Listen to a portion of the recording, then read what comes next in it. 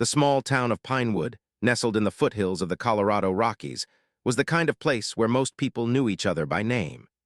Main Street consisted of a handful of family-owned businesses, a diner where the coffee was always fresh, and a hardware store that had been run by the same family for 3 generations. It was a town of traditions, of fathers teaching sons to hunt in the surrounding mountains, of Friday night high school football games, and of sending its young people to serve in the military with pride and prayers. For Staff Sergeant Abigail "Abby" Morgan, Pinewood had always been home, even during her 12 years of Army service. Now, at 32, she had returned to take a position as an instructor at the Mountain Warfare Training Center just outside town, bringing with her experiences few in Pinewood could comprehend. On this crisp autumn morning, Abby stood on the back porch of her grandfather's cabin, which she had inherited when he passed away the previous year. The property sat on the edge of town, backing up to national forest land with a clear view of the mountains. Taking a sip of steaming coffee, she savored the silence, a stark contrast to the years of deployment noise that still echoed in her memory. The crunch of tires on gravel announced a visitor. Abby wasn't expecting anyone, but in Pinewood, unannounced visits weren't unusual. She walked around to the front of the cabin to see a familiar Army-issue SUV pulling up. Major David Hanson, the commanding officer of the training center, stepped out, his tall frame and precise movements reflecting his 20 years of military service. "Staff Sergeant Morgan," he called in greeting, his tone professional despite the informal setting. "Hope I'm not interrupting your morning." "Not at all, sir," Abby replied, automatically straightening her posture despite wearing civilian clothes, jeans and a flannel shirt rather than her uniform. "Coffee's fresh if you'd like some."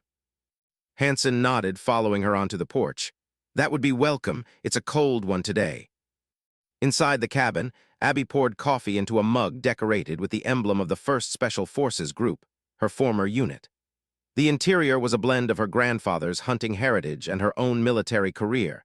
Antique rifles displayed alongside modern tactical gear, family photos sharing space with deployment pictures. "Nice place," Hanson commented, taking the offered mug. "Your grandfather's right." "Yes, sir.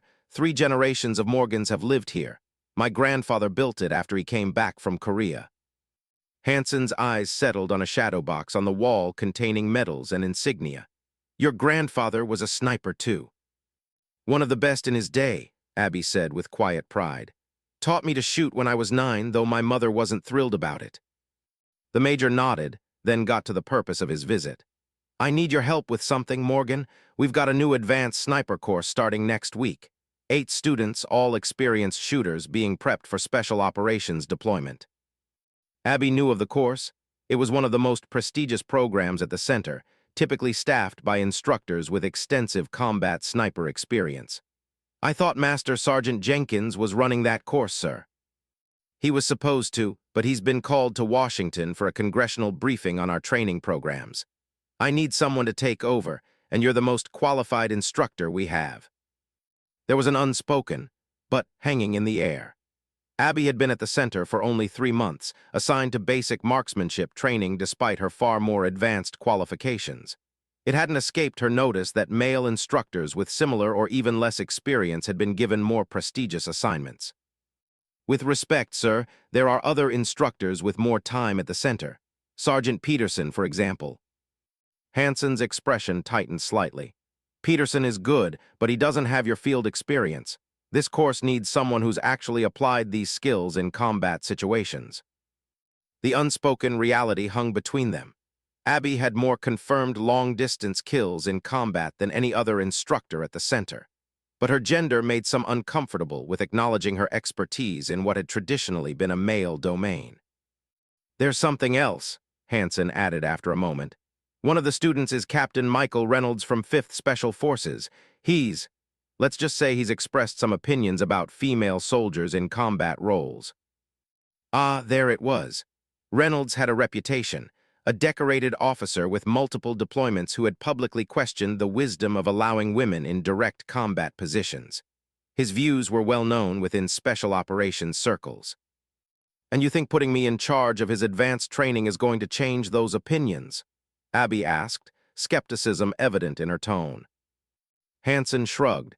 I think exposing him to undeniable expertise might challenge his assumptions. Your record speaks for itself, Morgan. Abby considered the situation. She hadn't come to the training center looking for battles over gender equality. She had fought enough real battles to last a lifetime. But she also believed in the importance of preparing soldiers properly for the realities of combat, regardless of personal biases.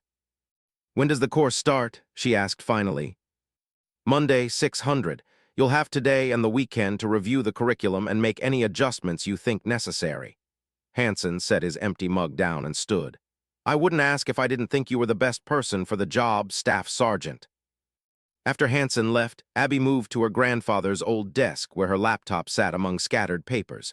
She pulled up the course roster and studied the names. All males, all with significant combat experience, ranging in rank from sergeant to captain. Reynolds' name jumped out at her. His record was impressive, with 3 tours in Afghanistan and numerous commendations. She then opened a folder containing her own service record. 12 years of Army service, 9 in special operations, with deployments to Afghanistan, Iraq, and several classified locations. She had earned her place in the elite ranks of military snipers through demonstrated excellence, not special treatment. Her longest confirmed kill, 347 meters in the mountains of Afghanistan, had broken records and saved the lives of a surrounded Special Forces team.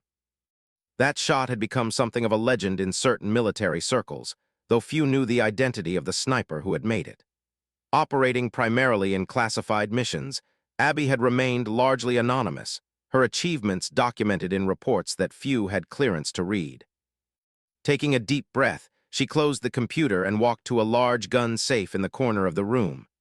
Opening it revealed an organized collection of weapons, including her personal Barrett .50 caliber sniper rifle. She removed it carefully, setting it on the table with the practice of someone who had handled such weapons thousands of times. The Barrett had been with her on her final deployment, the one where she had made the 3,347-meter shot that had entered the unofficial record books. Now it served as her personal training weapon, used to maintain her skills and occasionally to demonstrate techniques to advanced students. As she began breaking down the rifle for cleaning, a meditative routine she had performed countless times in dusty outposts and remote hide sites, Abby reflected on the challenge ahead. Captain Reynolds and the other students would arrive with preconceived notions about who could teach them the skills they needed for survival in combat. Her job wasn't to change their minds about gender roles, but to ensure they left the course better prepared for the deadly serious work ahead of them. The Barrett came apart under her skilled hands, each component placed precisely on the cleaning mat. Like the weapon itself, Abby Morgan was engineered for precision work in challenging conditions. She had never backed down from a difficult shot, and she wouldn't back down from this assignment either. What she couldn't know, as she methodically cleaned the rifle that had made her famous within classified circles, was that the upcoming course would test more than her teaching abilities.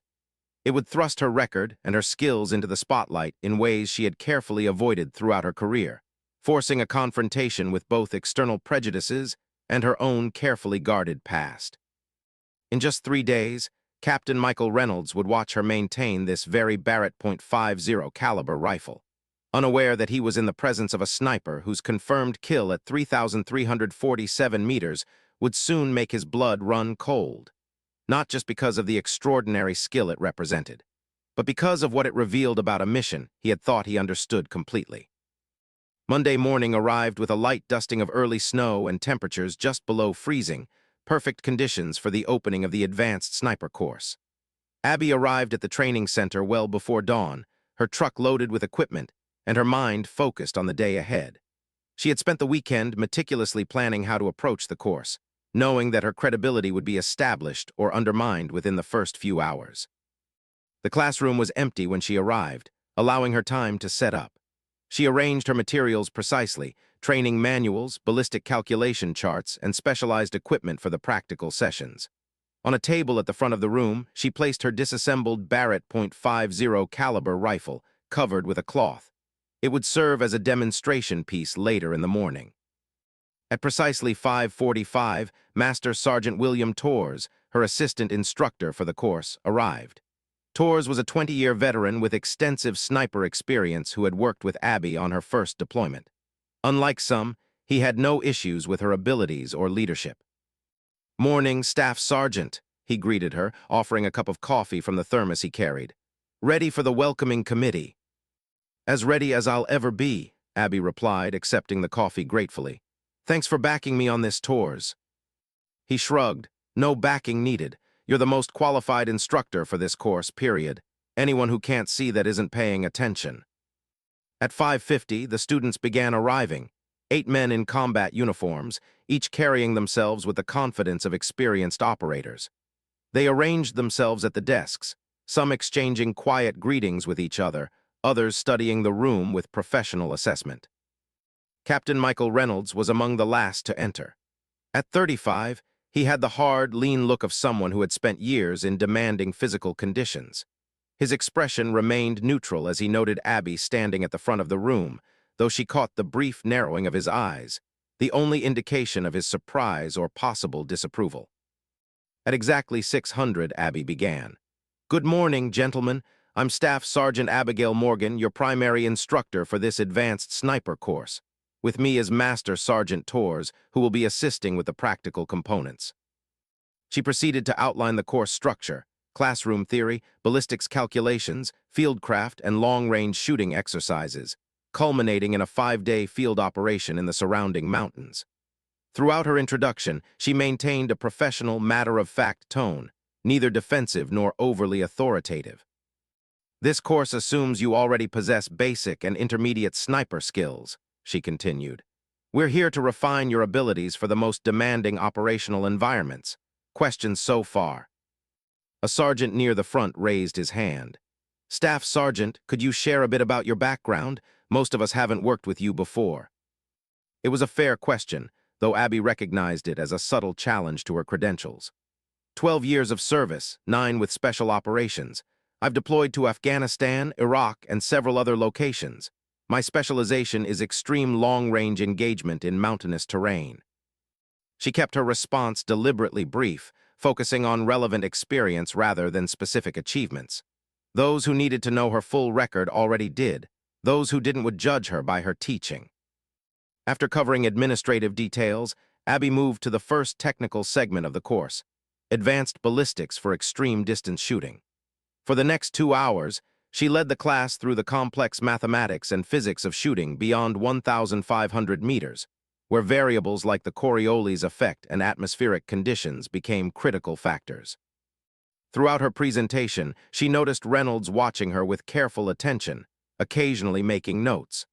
Unlike some of the others, he asked no questions, his expression revealing nothing of his thoughts. At mid-morning, Abby shifted to practical application. "Theory is essential, but application is where lives are saved or lost," she said, moving to the front table. "We'll now examine the primary platform for extreme long-range engagement in current operations." She removed the cloth covering her Barrett .50 caliber rifle components. The M82A1 Barrett is a semi-automatic, recoil-operated system chambered for the .50 BMG cartridge. While not the most precise system available, its combination of accuracy, power, and reliability makes it ideal for certain operational contexts. With practiced efficiency, she began reassembling the weapon, her hands moving with the fluid certainty of someone who had performed this task under the most demanding conditions imaginable. The Barrett requires meticulous maintenance, particularly in dusty or extreme cold environments. A single speck of dust in the wrong place can be the difference between a successful mission and catastrophic failure. As she worked, explaining each component and its function, she noticed the room had grown completely silent.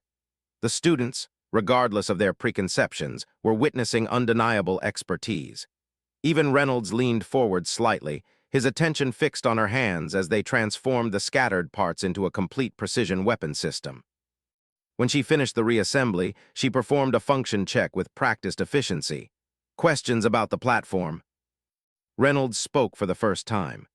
"Staff Sergeant, what's your assessment of the Barrett versus the Macmillan TAC-50 for operations above 2,000 meters?" It was a knowledgeable question from someone familiar with high-end sniper systems. The Macmillan was the platform used by a Canadian sniper for what was publicly known as the longest confirmed kill in combat. "Both are excellent systems with different strengths," Abby replied.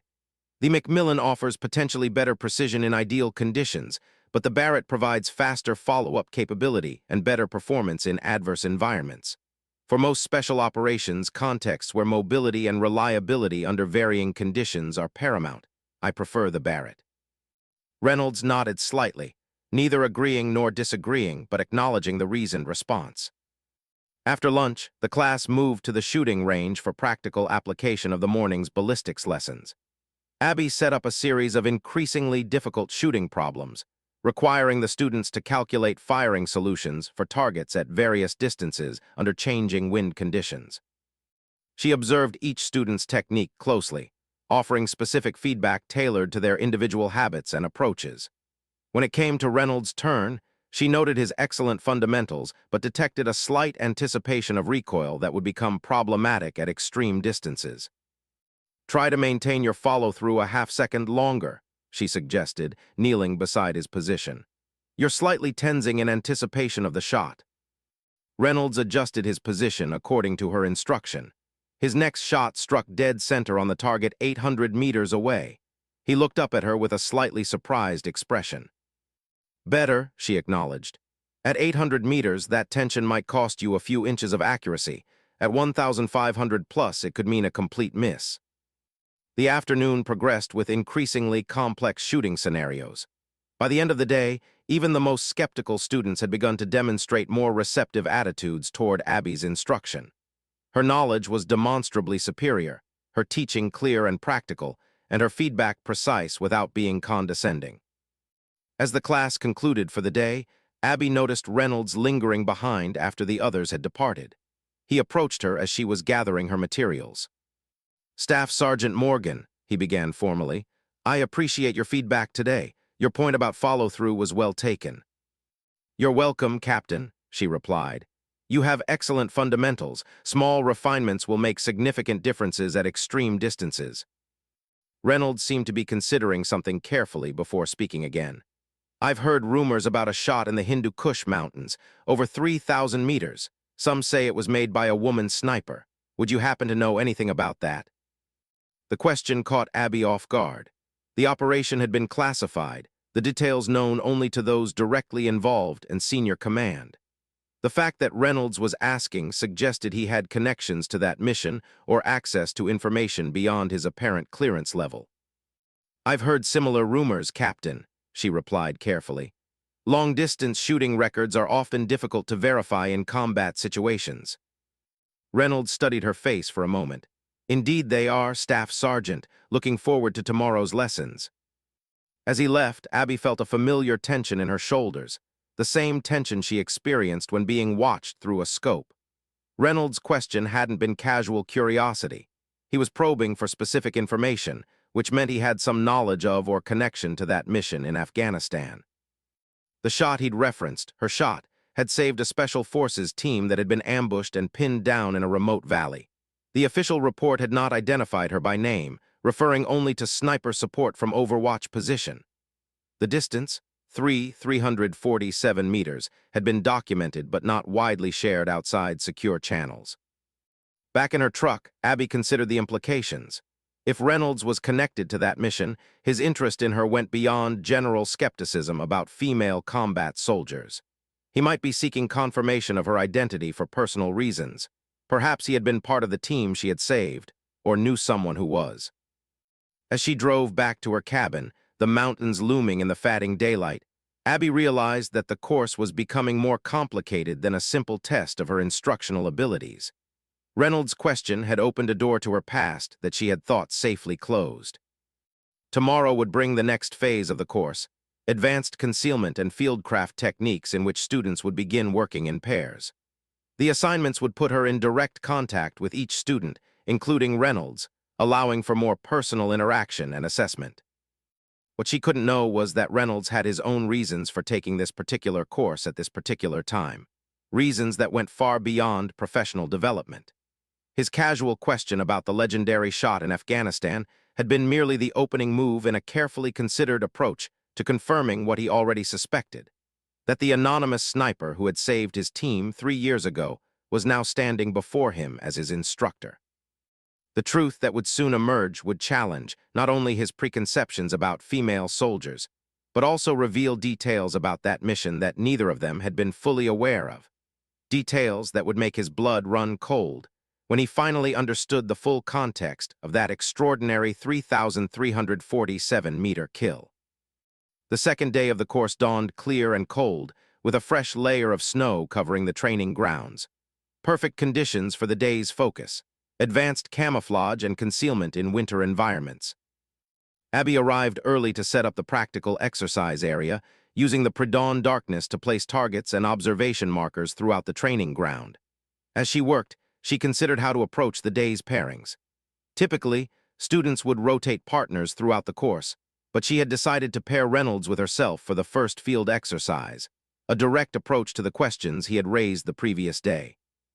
By 700, the students had assembled at the designated field location, dressed in winter camouflage and carrying their assigned weapon systems. Abby outlined the day's objective. Teams would take turns establishing concealed positions, while others would attempt to locate them using standard observation techniques. In real-world operations, your ability to remain undetected can be as important as your shooting skills, she explained. Today we'll focus on site selection, natural material utilization, and movement discipline in snow environments. She assigned the partnerships ending with, "Captain Reynolds, you'll work with me for this first rotation. The rest of you, take your assigned sectors and establish your positions. You have 30 minutes before observation begins." As the others dispersed, Reynolds approached her. "Staff Sergeant, may I ask about the pairing selection?" "Direct observation of your field craft will help me provide more specific guidance," Abby replied professionally. "Unless you have an objection to working with me." A slight smile touched his lips, the first she had seen from him. "No objection. I welcome the opportunity to learn from your expertise." They moved deeper into the training area, a forested hillside that offered various terrain features ideal for concealment exercises. As they walked, Abby observed Reynolds' movement technique. He was skilled at minimizing his silhouette and using available cover. "You've had good training," she acknowledged. "Afghan mountains." Reynolds nodded. "Two tour in Kunar province, beautiful country when people aren't shooting at you." "And sometimes even then," Abby replied, surprising herself with the candor. The mountains of Afghanistan, despite the danger they represented, had held a stark beauty that she had come to appreciate during long hours in observation positions. Reynolds glanced at her with renewed interest. "You were in Kunar too." "Among other places," she confirmed, keeping her response deliberately vague. "Let's focus on the task at hand. We need to establish a position that will remain undetected during the observation period." For the next 20 minutes, they worked together to create a concealed shooting position utilizing the natural features of the landscape. Abby demonstrated techniques for minimizing snow disturbance, using natural materials to break up the human outline, and establishing sight lines without creating detectable changes to the environment. Throughout the process, Reynolds demonstrated a willingness to learn that contradicted his reputation for resistance to female instructors. He asked relevant questions and applied her suggestions with professional focus. Once their position was established, they settled in to wait for the observation phase to begin. The intimate confines of a sniper hide created a natural context for conversation, though both maintained their attention on their surroundings. "Staff Sergeant," Reynolds said quietly after several minutes of silence, "I want to clarify something about yesterday. My question about the shot in Afghanistan wasn't idle curiosity." Abby maintained her outward focus while responding. "I gathered as much, Captain. You have some connection to that incident." He was quiet for a moment, seemingly weighing his next words carefully. "I was there, team leader for the unit that was pinned down in that valley. That shot saved my life and the lives of my men." The admission created a sudden shift in the atmosphere between them. Abby had suspected as much from his question, but the direct confirmation established a connection neither of them could ignore. "The official report didn't identify the sniper," Reynolds continued. "All we knew was that someone from an Overwatch team took an almost impossible shot that eliminated the primary threat. By the time we extracted, there was no opportunity to meet our guardian angel." Abby remained silent, neither confirming nor denying her involvement. The mission had been classified, and proper protocols dictated discretion even now. Reynolds seemed to understand her reticence. I'm not asking you to confirm or deny anything that might be classified. I just want you to know that whoever made that shot has the eternal gratitude of 6 men and their families. His sincerity was evident, creating an unexpected emotional weight to the conversation. For years, Abby had carried the memory of that shot, the calculations, the breathing control, the perfect moment of execution, without ever knowing the personal impact it had on the men she had saved. The shooter was just doing their job, Captain, she finally replied. Anyone in that position would have taken the same action. With respect, Staff Sergeant, that's not true, Reynolds countered. The shot was taken in high winds across a valley at a distance beyond what most snipers would even attempt. It wasn't just doing a job, it was extraordinary skill and courage. Before Abby could respond, they heard the sound of movement in the forest. The observation phase had begun. Both immediately shifted to complete stillness, their conversation suspended as they focused on remaining undetected. For the next hour, they watched as 2 students attempted to locate their position, using binoculars and spotting scopes to scan the hillside methodically.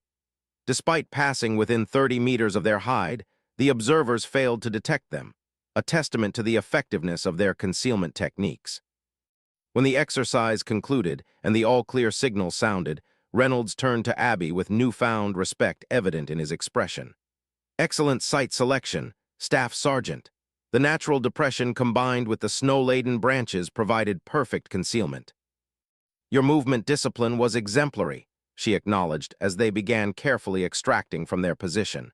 You've clearly spent time in observation hides. Enough to appreciate someone who knows what they're doing, he replied.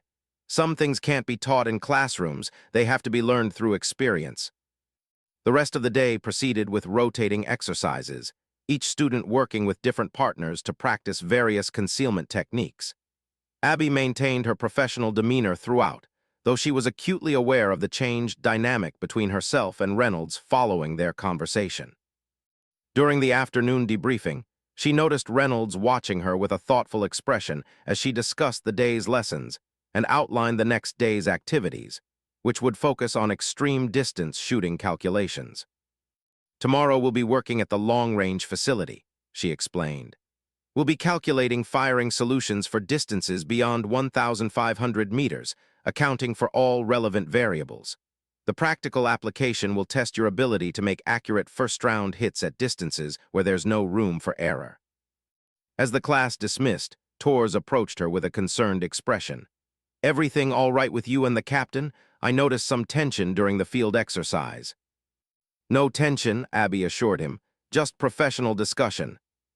Torres didn't appear entirely convinced but didn't press further. If you say so, just remember that some people have difficulty adjusting their worldview even when evidence is staring them in the face. That evening, as Abby prepared materials for the next day's long-range shooting exercises, her phone buzzed with a text message from an unknown number. Need to speak with you privately. Important regarding Hindu Kush operation. Reynolds. She stared at the message for several minutes, considering the implications. Reynolds had clearly gone to some effort to obtain her personal number, which suggested the matter was indeed important. But discussing classified operations outside secure channels was against protocol. After careful consideration, she replied, Training Center 500, Secure Room B, do not bring devices. Secure Room B was a designated space for discussing classified information, regularly swept for listening devices, and protected from electronic surveillance. It would provide an appropriate environment for whatever Reynolds needed to discuss, while maintaining operational security. The next morning, Abby arrived at the center in darkness, the mountains mere silhouettes against the pre-dawn sky.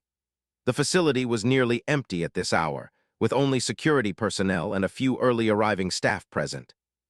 Reynolds was waiting outside the secure room, dressed in his combat uniform with a manila folder tucked under his arm. His expression was serious, lacking the hostility she had initially expected, but showing none of the emerging respect from the previous day. Thank you for meeting me, Staff Sergeant, he said formally as they entered the room. After securing the door, he placed the folder on the table between them but did not immediately open it.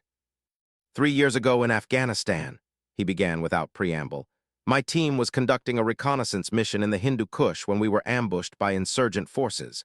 We were pinned down in a valley with no immediate extraction possible. The situation was deteriorating rapidly when a single shot from extreme distance eliminated the enemy commander, causing enough disruption for us to regain the initiative. Abby remained silent, neither confirming nor denying her involvement. That shot was logged at 3,347 meters, Reynolds continued. At the time, it was the longest confirmed kill in military history, though that record has since been surpassed by a Canadian sniper.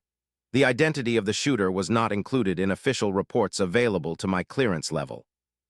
He finally opened the folder, revealing a satellite image of a mountainous region with operational markings. After returning stateside, I became curious about who had saved us. Using my position, I accessed certain records and began piecing together information. This was dangerous territory. If Reynolds had accessed classified information without proper authorization, he could be facing serious consequences. Captain, I should remind you that unauthorized access to classified operational details is a violation of security protocols, Abby said carefully. I'm aware, he acknowledged, but there were inconsistencies in the reports that troubled me. The official narrative stated that an established Overwatch team provided the support, but I've since learned that no such team was supposed to be in position at that time. He pulled another document from the folder, a heavily redacted operational timeline.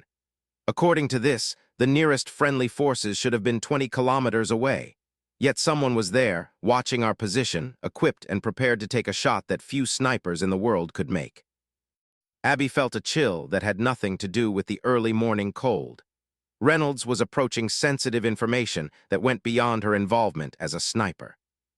What exactly are you suggesting, Captain? Reynolds met her gaze directly. I believe you were the shooter, Staff Sergeant Morgan. What I don't understand is why you were there at all. My team wasn't supposed to have sniper support. Our mission was classified at a level that limited knowledge of our movements to only a handful of people. He leaned forward slightly. So the question becomes, were you sent to watch us without our knowledge, and if so, by whom and why? The implications were clear and troubling. Reynolds wasn't just seeking confirmation of her identity as the sniper who had saved his team. He was questioning the nature of the mission itself and suggesting possible surveillance of American forces by their own side. This conversation is approaching topics beyond both our clearance levels, Captain, Abby said, her voice measured. If you have concerns about operational security or command decisions, there are proper channels for those inquiries. Reynolds' expression hardened slightly. Those channels have provided no answers, Staff Sergeant, but your presence here now as my instructor, that's an answer in itself. Too much coincidence for a military that doesn't believe in coincidences. The tension in the room had shifted from personal to professional, from questions of gender and capability to much deeper concerns about trust and command integrity. Abby realized that Reynolds' initial resistance to her as an instructor might have had less to do with her gender and more to do with suspicions about her role in Afghanistan. What exactly do you want from me, Captain? She asked directly. The truth, he replied simply. My men and I nearly died that day. We have a right to know if we were being used as bait or placed in danger deliberately, and you have a right to know if you were deployed without full disclosure of the operational context. The suggestion sent another chill through Abby. Her deployment to that particular location had come through unusual channels, a last-minute assignment with minimal briefing. She had assumed it was due to the classified nature of the operation, but Reynolds' questions raised disturbing possibilities. Before she could respond, there was a knock at the door, Master Sergeant Torres arriving early to help set up the day's exercises. The conversation would have to wait. We'll continue this discussion later, Abby said quietly. In the meantime, I suggest you be very careful about pursuing this line of inquiry, Captain.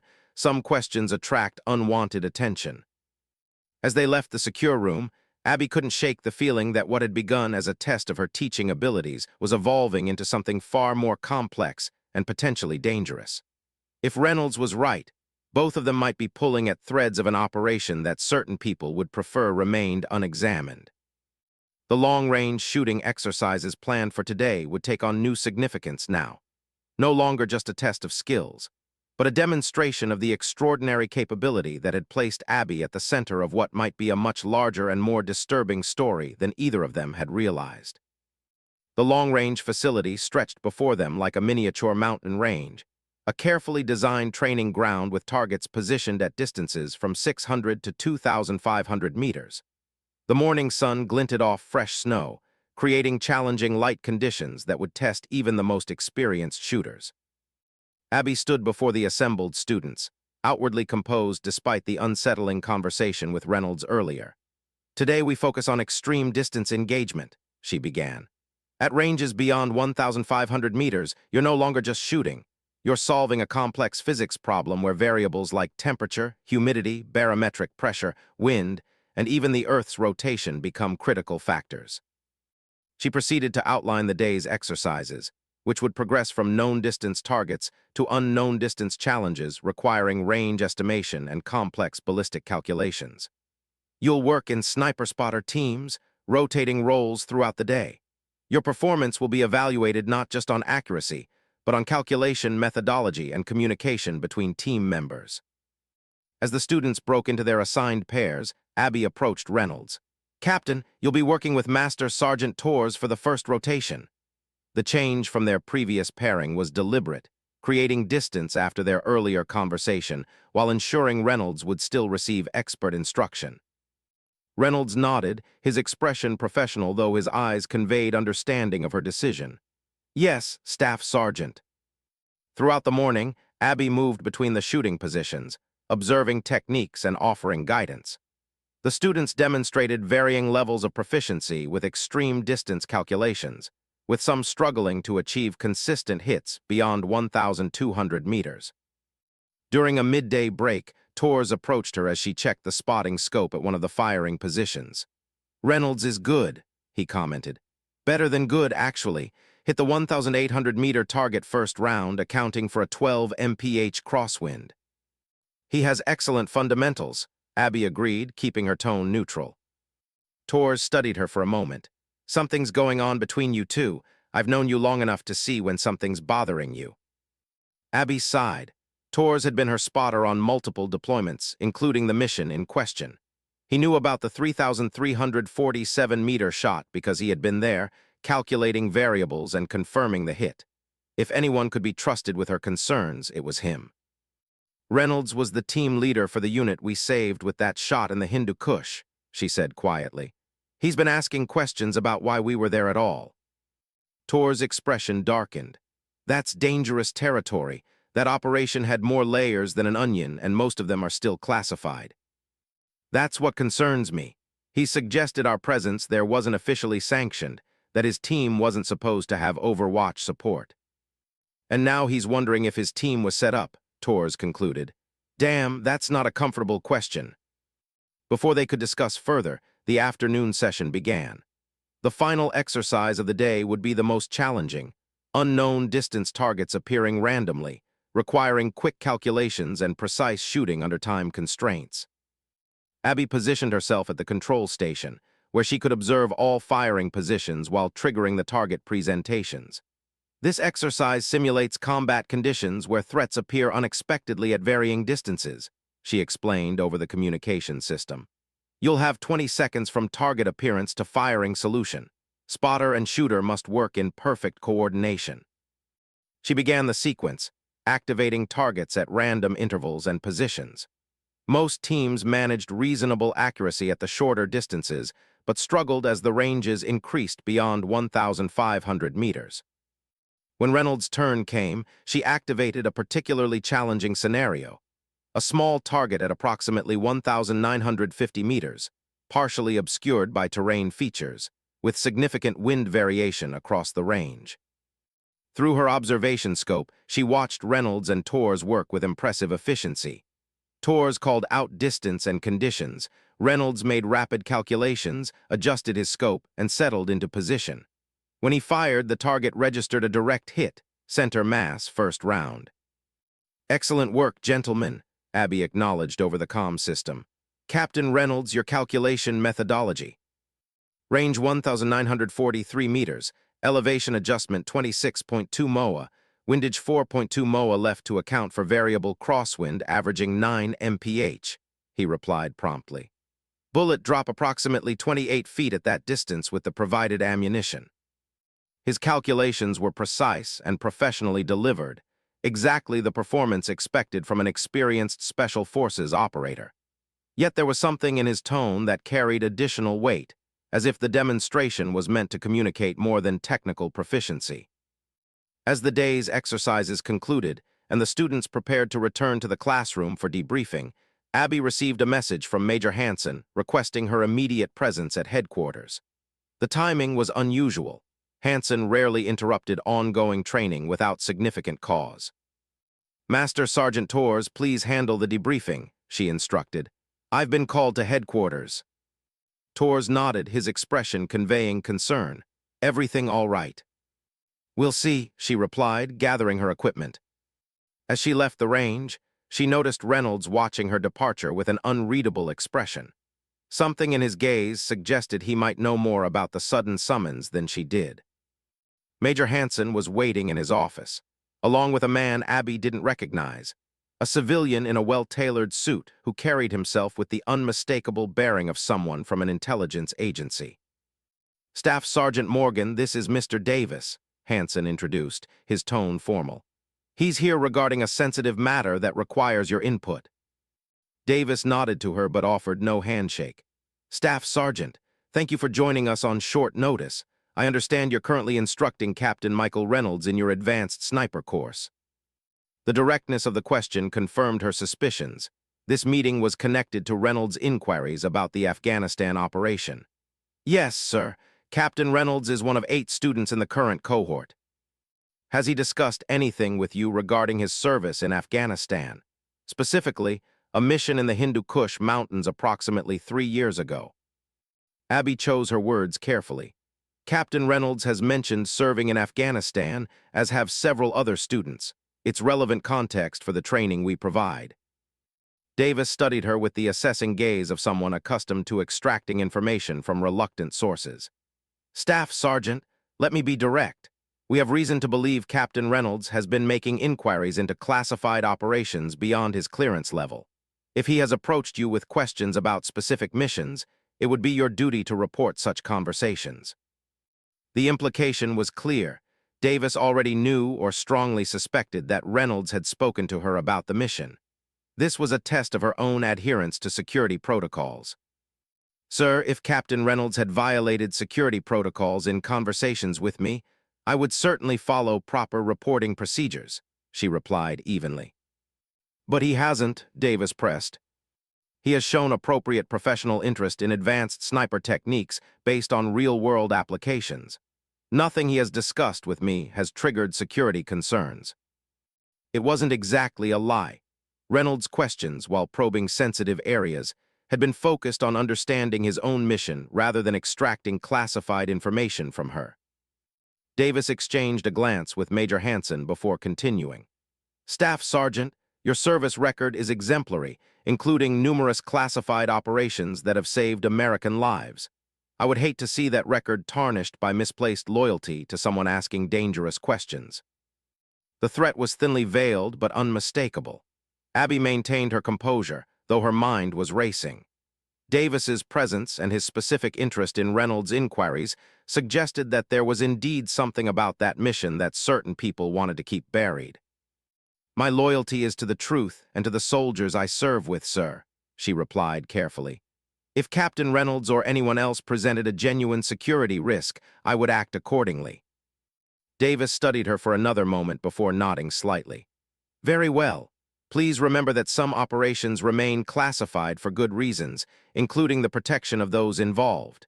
If Captain Reynolds approaches you with specific questions about past missions, I expect to be informed immediately." After Davis departed, Major Hansen let out a long breath. "That was uncomfortable. Want to tell me what's really going on, Morgan?" Abby trusted Hansen. He had always been fair and straightforward in their professional relationship. "Sir, I believe Captain Reynolds is trying to understand an operation where his team nearly died. The problem is, his questions are leading toward areas that might be uncomfortable for certain agencies." "The shot in the Hindu Kush," Hansen said, surprising her. Your shot. Reynolds was there, wasn't he? Yes, sir.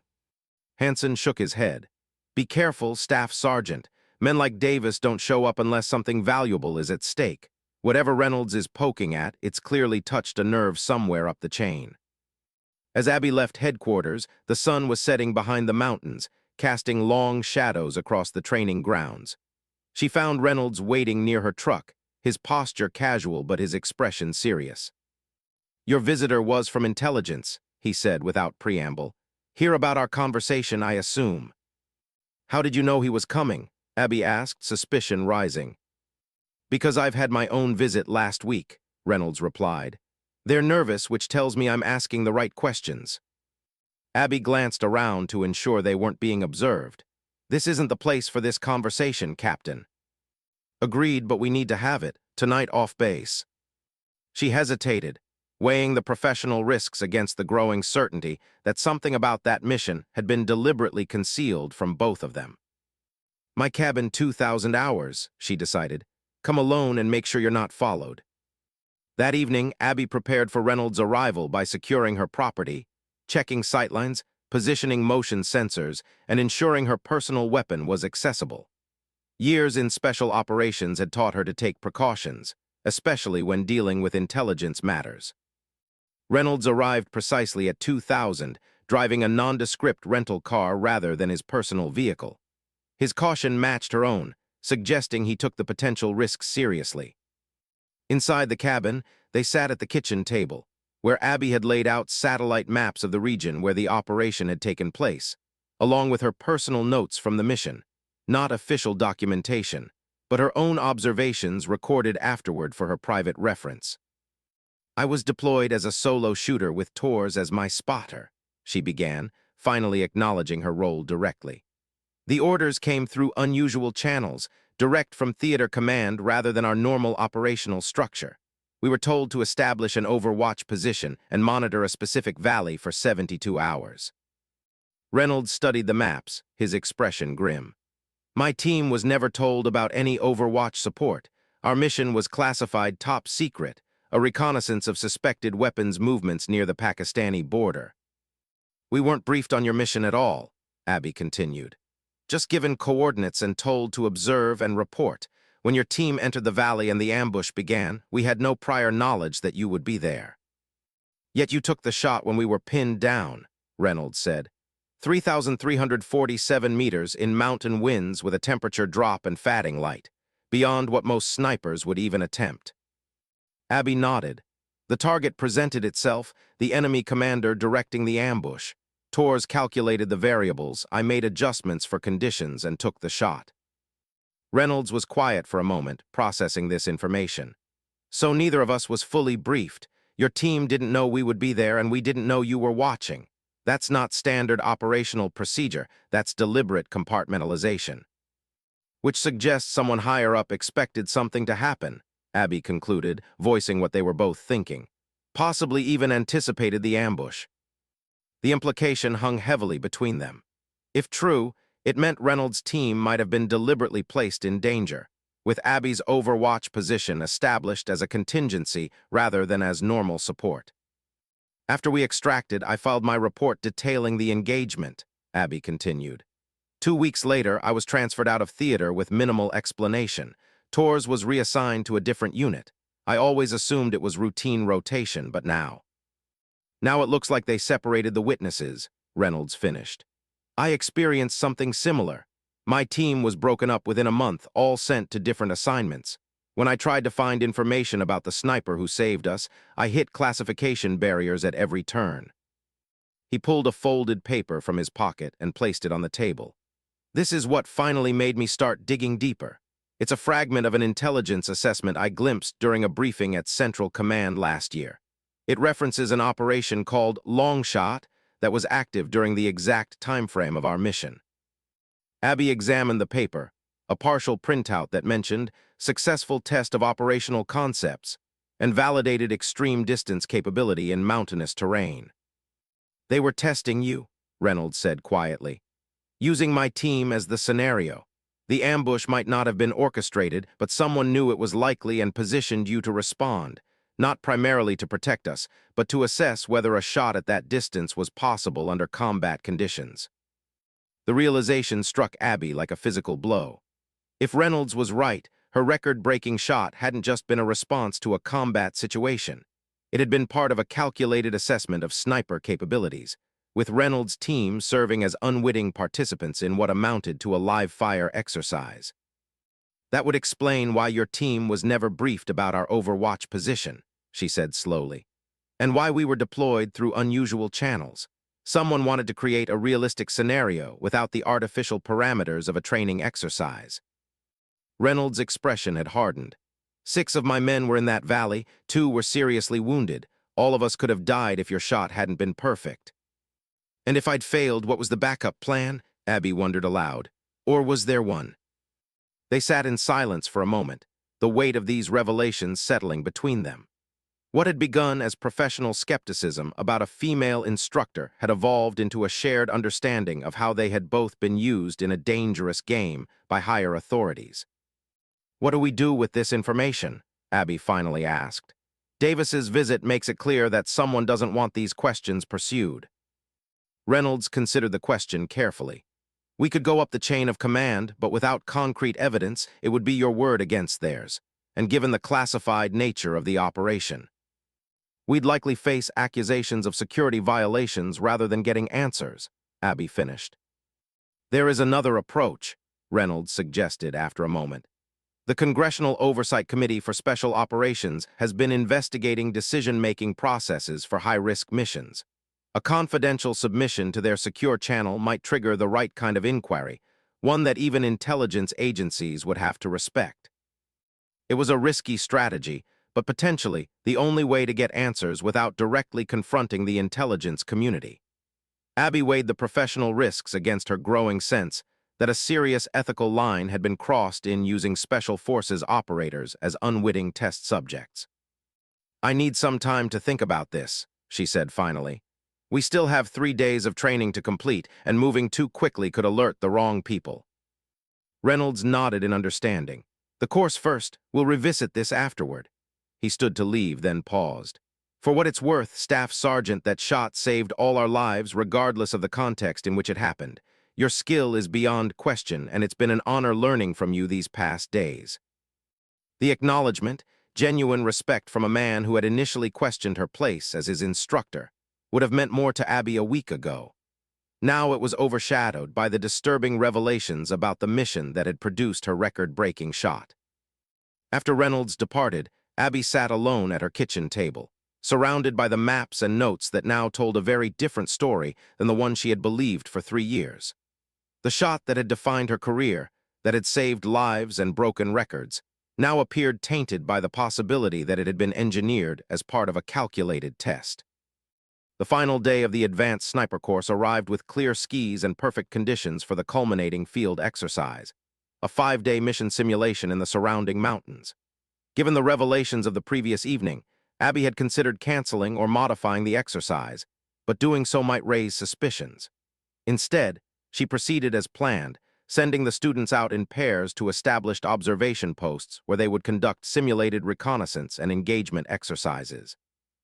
Reynolds was paired with another student, Staff Sergeant James Miller, and assigned to the most challenging position, a remote ridge requiring a difficult approach and offering complex shooting challenges. Abby would evaluate their performance personally, giving her an opportunity to continue their discussion away from potential surveillance. As the students departed for their assigned positions, carrying full field equipment for the multi-day exercise, Abby noticed Davis's black SUV parked near headquarters. His continued presence at the training center confirmed her suspicions that Reynolds' inquiries had triggered significant concern at higher levels. For the next 3 days, Abby rotated between the various observation posts, evaluating each team's performance and providing feedback. When she finally reached Reynolds' position on the afternoon of the 3rd day, she found their hide site perfectly constructed, nearly invisible despite her knowledge of its approximate location. "Excellent concealment, gentlemen," she acknowledged as she joined them in their position. "Your site selection and natural material utilization are textbook perfect." The 3 of them conducted a professional review of their observation logs and shooting data. with Miller explaining their methodologies for range estimation and wind calculation. Throughout the evaluation, Reynolds maintained appropriate professional demeanor, giving no indication of their shared concerns about the Afghanistan operation.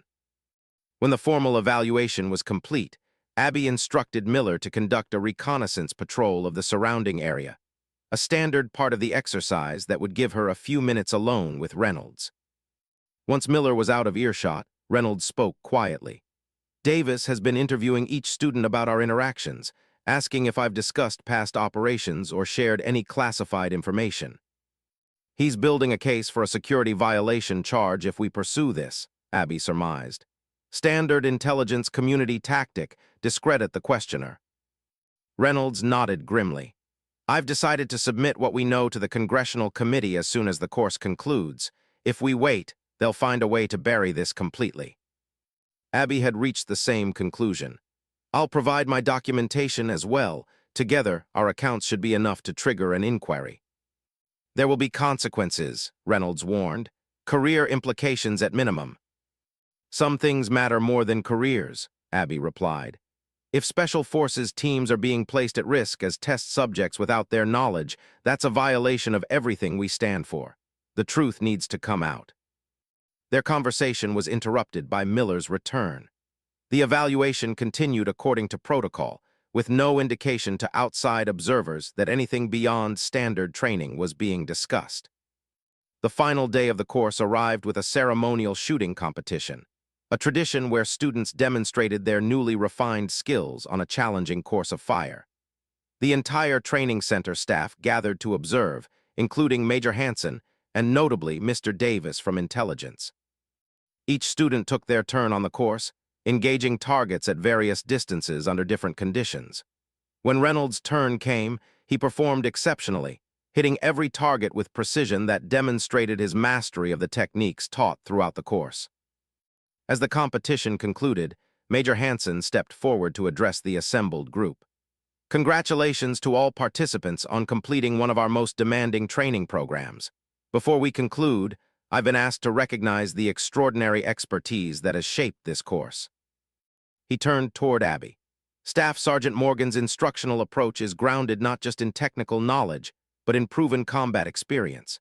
Many of you may not be aware that Sergeant Morgan is responsible for one of the most extraordinary sniper shots in military history, a 3,347-meter engagement in the mountains of Afghanistan that saved the lives of a Special Forces team and set a record that stood for several years."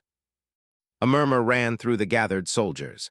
While rumors of the shot had circulated in certain circles, this was the first public acknowledgement of both the feat and Abby's role in it. Hansen continued, "That shot exemplifies the standards of excellence we strive for in this training center: precision under pressure, technical mastery, and unwavering commitment to the safety of fellow soldiers." As Hansen spoke, Abby noticed Davis's expression harden. The public acknowledgement of her role in the Afghanistan operation clearly wasn't part of his agenda. Reynolds, standing with the other students, met her gaze briefly, a subtle nod conveying his support. After the ceremony concluded and the students began departing, Davis approached Abby directly. "An interesting choice by Major Hansen to highlight that particular operation," he commented, his tone conversational but his eyes cold. "Some achievements are better acknowledged in classified settings." "The shot itself isn't classified, Mr. Davis," Abby replied evenly. "Just certain details about the mission context." "Details that should remain restricted," he emphasized, "for everyone's benefit, including yours and Captain Reynolds." The threat was barely veiled now. "Is there something specific you're concerned about, sir?" Abby asked, maintaining her professional demeanor despite her growing anger. "Only that good soldiers sometimes confuse seeking truth with seeking trouble," Davis replied. "Operational security exists for reasons that go beyond individual missions." Before Abby could respond, Reynolds joined them, having clearly observed their interaction. "Mr. Davis," he acknowledged coolly, "I believe Staff Sergeant Morgan and I are scheduled for a final debriefing with Major Hansen." Davis studied them both for a moment. "Of course, I wouldn't want to interfere with training protocols. Staff Sergeant, Captain, I'm sure we'll speak again soon." As he walked away, Reynolds turned to Abby. "Everything set on your end?" She nodded. Documentation prepared and secured. You. Same. Submission goes in tomorrow morning through secure channels. Then all that's left is to wait and see who responds first, the committee or Davis's people, Abby said grimly. The answer came 3 weeks later.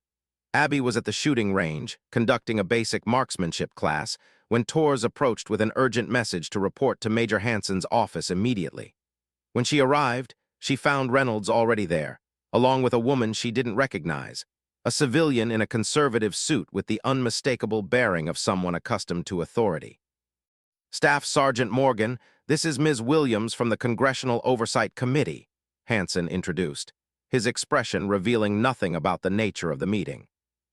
Thank you for coming promptly, Williams said. I've been reviewing the information you and Captain Reynolds submitted regarding Operation Longshot. The committee has opened a formal inquiry based on your documentation. The directness of the statement was surprising. Abby had expected more bureaucratic caution.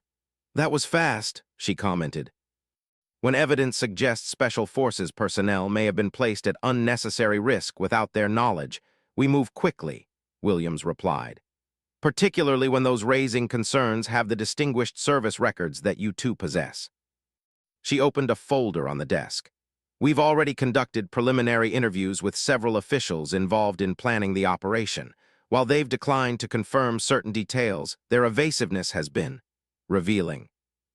And Mr. Davis, Reynolds asked. Reassigned to an analytical role, Williams said with the ghost of a smile. Away from operational oversight. She turned serious again. The committee's full investigation will take time, but I wanted to inform you personally that your concerns are being taken seriously at the highest levels. Your courage in coming forward despite the potential career risks has been noted. After Williams departed, Hanson looked at them both with a mixture of concern and respect. You two stirred up a hornet's nest. I hope you know what you're doing. With respect, sir, Abby replied, it was the right thing to do. Special Forces operators deserve to know if they're being placed at risk as test subjects rather than for legitimate operational necessities. Hanson nodded slowly. I agree, I just hope the system does too. He stood, signaling the end of the meeting. Keep me informed if there are developments, and good work, both of you. Outside headquarters, Reynolds turned to Abby. So that shot, the one that made my blood run cold when I finally understood the context, it might actually lead to positive changes. That's the hope, Abby agreed, though I suspect we'll both be watching our backs for a while. Worth it, Reynolds said firmly. And for what it's worth, regardless of why you were positioned on that mountain, your skill and courage saved my team. Nothing about these revelations changes that fact. As they parted ways, Abby felt a complex mixture of emotions. Vindication that their concerns were being taken seriously, lingering anger at how they had been used, but also a certain peace that came from standing up for what was right despite the risks. Her record-breaking shot would always be part of her identity as a soldier, but now it represented something beyond technical skill or combat effectiveness. It symbolized the moral courage to question authority when necessary, to stand up for fellow soldiers, and to insist that honor and integrity remained at the heart of military service. In the end, the shot that had made Reynolds' blood run cold had become the catalyst for exposing a truth that needed to be revealed. Proof that sometimes the most important targets aren't visible through a rifle scope, but through the clear-eyed pursuit of accountability and justice.